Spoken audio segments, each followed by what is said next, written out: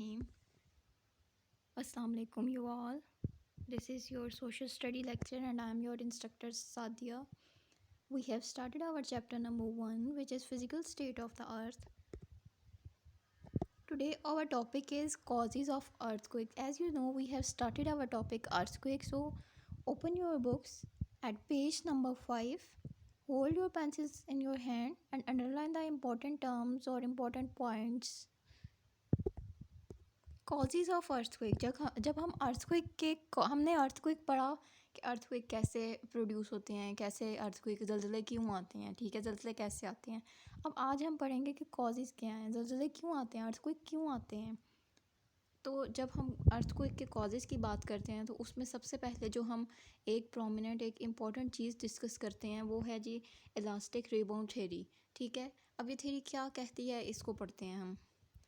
Elastic rebound theory explains that earthquakes when rocks on either side of a fault are displaced due to some tectonic activity for many years.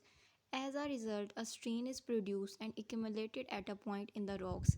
इधर ये कह रहे हैं कि हमने last lecture में tectonic activity के बारे में पढ़ा था कि जब अर्थ के क्रस्ट के अंदर, ठीक है, बिलो द क्रस्ट, उसके बाद क्रस्ट में, मेंटल में, अपर मेंटल में, उन एरियाज़ में जब कोई फॉल्ट प्रोड्यूस होता है तो वो टेक्टोनिक एक्टिविटी होती है। होता क्या है कि उसमें जो टेक्टोनिक प्लेट्स हैं वो मूव करती हैं। अब किस किस डायरेक्शन में मूव करती हैं वो सारी हमने फॉल्ट्स की टाइप्स में पढ़ा था। ठीक है, तो क्या कह रहे हैं कि as a result a strain is produce.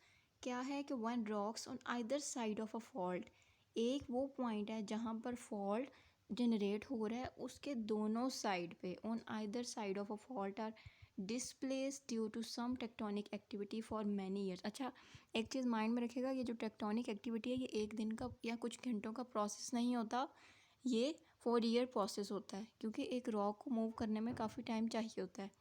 As a result of strain, strain कहते हैं स्ट्रेस को, दबाव को। Is produce and accumulated, accumulated के वहाँ पर इकट्ठा होता है, जमा होता है at a point in the rocks. आगे पढ़ते हैं, उसके बाद आपको एक पिक्चर से मैं क्लियर करती हूँ। One this strain exceeded, exceeded मतलब जब बढ़ जाता है, the strength of the rocks on the opposite side of a fault move forcefully, this result in a disastrous, disastrous मतलब तबाही पैदा करता है, earthquake. This type of earthquake is called a tectonic earthquake. तो होता क्या है इसमें, क्या बता, मेन चीज़ क्या है कि इलास्टिक रिबाउंड थ्योरी ये कहती है कि ये एक पहले हमारे पास एक सरफेस एरिया मौजूद है, ठीक है, यहाँ पर देखो कि ये बिल्कुल बैलेंस है। अब हुआ क्या कि इसके एक पोर्शन पे क्या होता है कि स्ट्रेस जो है, दबाव जो है, स्ट्रेन जो है वो बढ़ता जाता है, बढ़ता जाता है, और फिर जब वो एक लिमिट क्रॉस कर जाता है तो उसकी जो अपोजिट साइड होती है वो क्या करती है, मूव कर जाती है और मूव करके आगे आ जाती है। इधर देखो कि ये बिल्कुल बैलेंस है ये चीज़, यहाँ पर थोड़ी सी ये वाली जो चीज़ है ये मूव करके आगे आ गई है, और यहाँ पर देखो ये एकदम बहुत ज़्यादा आगे आ गई है और ये उधर ही फिक्स है अपनी जगह पे। तो आपको इधर देखने में ये लग रहा है कि एक आगे है और एक पीछे है। तो होता क्या है कि जब एक साइड पे जब कोई टेक्टोनिक एक्टिविटी होती है तो फॉल्ट की एक साइड पे रॉक्स में स्ट्रेन, दबाव, स्ट्रेस बढ़ जाता है, और जब वो उधर स्ट्रेन इकट्ठा होता रहता है या एक खास लिमिट से इंक्रीज़ कर जाता है तो जो उसकी अपोजिट साइड पे होती है वो फोर्सफुली मूव कर जाती है। ठीक है, ये फॉल्ट मूव फोर्सफुली, जो अपोजिट साइड पे रॉक है वो मूव कर जाएगी। इसको कहते हैं जी, ये जो अर्थक्वेक है ये बहुत ज़्यादा डिज़ास्ट्रस होता है, मतलब बहुत ज़्यादा तबाही मचाता है, और इसको टेक्टोनिक अर्थक्वेक कहते हैं। क्यों? क्योंकि ये टेक्टोनिक एक्टिविटी की वजह से होता है। अब अगर इधर उन्होंने टर्म यूज़ किया टेक्टोनिक अर्थक्वेक, तो इट मीन्स कि अर्थक्वेक की कोई और टाइप भी है, ठीक है, उसको हम आगे देखते हैं। क्या कह रहे हैं, earthquake are also caused by volcanic activity.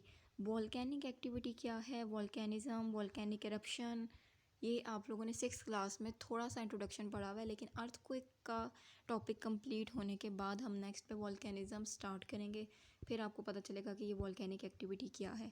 इधर वो जस्ट ये कह रहे हैं कि ये वॉल्केनिक एक्टिविटी की वजह से भी अर्थक्वेक को, मतलब अर्थक्वेक जनरेट प्रोड्यूस होते हैं, and such type of earthquake is called a volcanic earthquake.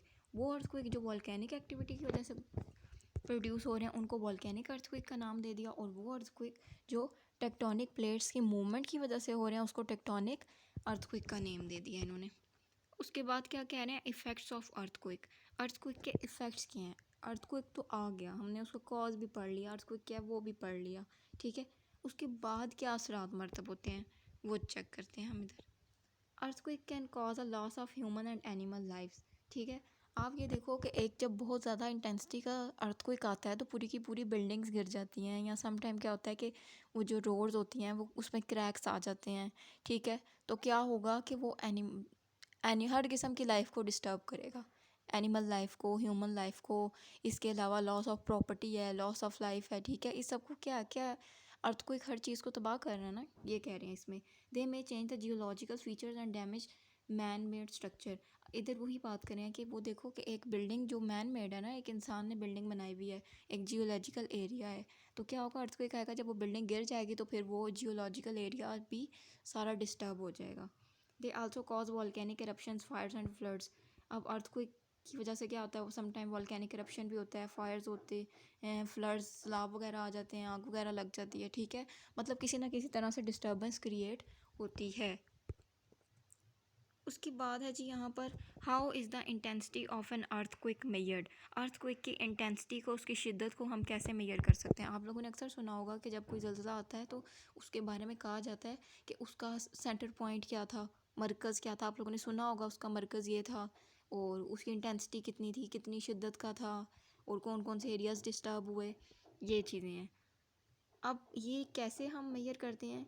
During an earthquake seismic waves are produce in the earth. Previous lecture में हमने सिस्मिक वेव्स के बारे में पढ़ा था, ठीक है।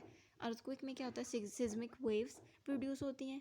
These waves are recorded by an instrument called seismograph, और इन वेव्स को एक इंस्ट्रूमेंट के थ्रू रिकॉर्ड किया जाता है जिसको सिस्मोग्राफ कहते हैं। आप ये देखो, आप लोगों ने कोई वीडियो रिकॉर्ड करनी है तो आप different recorders, different apps use कर लेते हो, ठीक है। इसके अलावा अगर आप लोगों ने अपना टेम्परेचर चेक करना है तो आप थर्मोमीटर यूज़ करते हो। The magnitude of an earthquake is then measured with the help of Richter scale and or the Richter magnitude scale. जो इंस्ट्रूमेंट यूज़ किया जाता है वो सिस्मोग्राफ है। अब सिस्मोग्राफ में स्केल यूज़ किया जाता है, वो है जी रिचर स्केल और रिचर मैग्नीट्यूड स्केल। इसके अलावा भी स्केल यूज़ किए जाते हैं, लेकिन ये हमारे इंपॉर्टेंट स्केल्स हैं जो ज़्यादा यूज़ किए जाते हैं। यहाँ पर आपका अर्थक्वेक का टॉपिक जो है वो ऑलमोस्ट डन हो चुका है, ठीक है। अब नेक्स्ट पे हम स्टार्ट करेंगे अपना वॉल्केनिज़म वाला टॉपिक। और अब आज की आपकी जो डायरी है वो इधर फिर से देख लें। मैंने होमवर्क नहीं लिखा हुआ, मैंने टास्क का वर्ड भी यूज़ नहीं किया, मैंने लर्न लिखा है। लर्न का मतलब ये है कि आप लोगों ने इसको याद करना है। तो आप लोगों ने करना ये है कि आपका बुक एक्सरसाइज का लॉन्ग क्वेश्चन नंबर 3 है, right a note on the causes of earthquake. आपने अर्थक्वेक के कॉजेज़ पे नोट लिखना है जिसका आंसर पेज नंबर 5 पे मौजूद है। कॉजेज़ ऑफ अर्थक्वेक जो भी मैंने आपको टॉपिक कवर करवाया है, आपने क्या करना है कि वो फुल आप लोगों ने याद नहीं करना आज। वो पैराग्राफ देख लें, आप उसको हाफ़ कर लें। हाफ़ आप लोगों ने आज करना है और हाफ़ आपकी कल की डायरी होगी, ठीक है। मैं आपको फुल नहीं दे रही, हाफ़ ऑफ करके दे रही हूँ। किस लिए, ताकि आप लोग अच्छे से उसको याद कर लो। सो आप लोगों ने right a note on the causes of earthquake को, कॉजेज़ ऑफ अर्थक्वेक की हेडिंग जो पेज नंबर 05 पे मौजूद है उसको आप लोगों ने हाफ याद करना है, लिखना नहीं है।